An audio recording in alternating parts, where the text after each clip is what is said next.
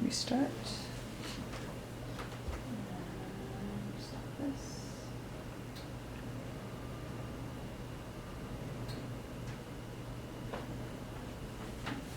So if I'm an entrepreneur looking for funding, I mentioned that you want to have a business plan. What you want to articulate in both your business plan and your pitch deck are you want to infuse these 7 elements of success that are shared by lots of successful companies. You want to understand what your value proposition is. So you need to understand, have I created something that's never been created before? And if I have, I want to talk about, how unique my product or service is. If the market already exists, am I focused on a niche that no one else is servicing?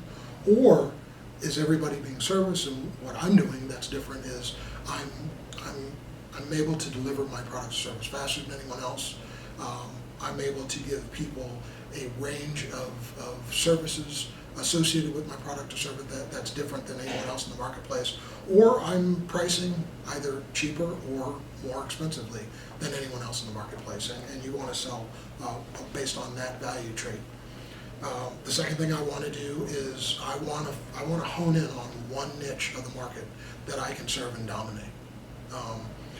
You want that niche to grow, to be growing, but that niche doesn't have to be large.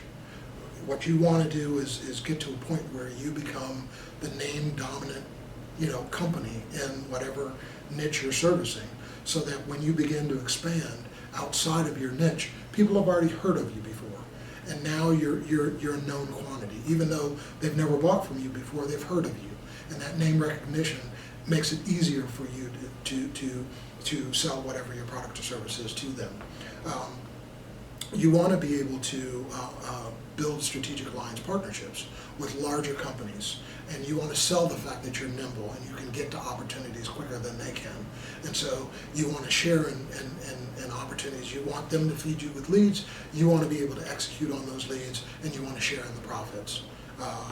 And the fact that you're nimble and can get to all of the leads that they give you, which they can't do on their own because of the bureaucracy associated with large companies, it is what makes you attractive as a partner, being a small company.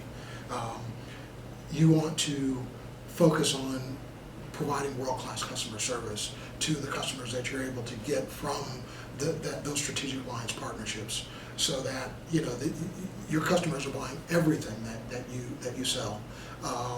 Because when customers buy everything you sell, they become evangelists for what you do, and they will refer you to their peers, and your ability to generate sales becomes much easier because now it's a pull sell versus a push sell. You're not pushing a product or service on someone. You're being pulled because they've heard of you.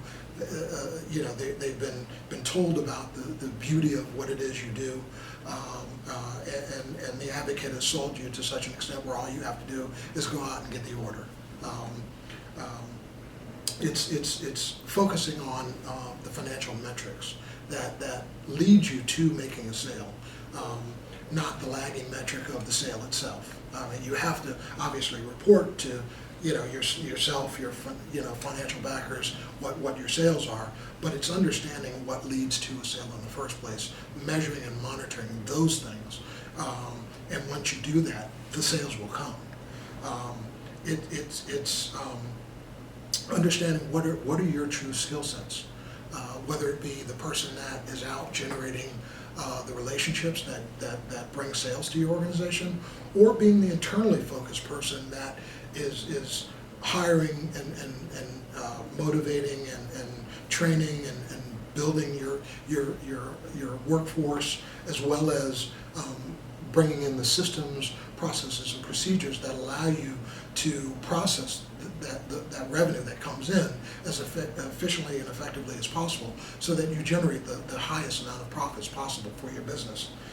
And then last but not least, it's creating a board of essentials experts as advisors to your business, comprised of some of your best customers, your strategic alliance partners, CEOs who are competitors in your industry, who are over the age of 50, so, who because of their age, want to give back and tend not to be approached by small business competitors to serve on boards.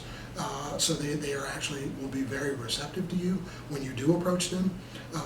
But what they bring to you is an ability, because they've done what you want to do and have overcome the hurdles you're going to be and obstacles you're going to be faced with, can help you navigate over and around those obstacles.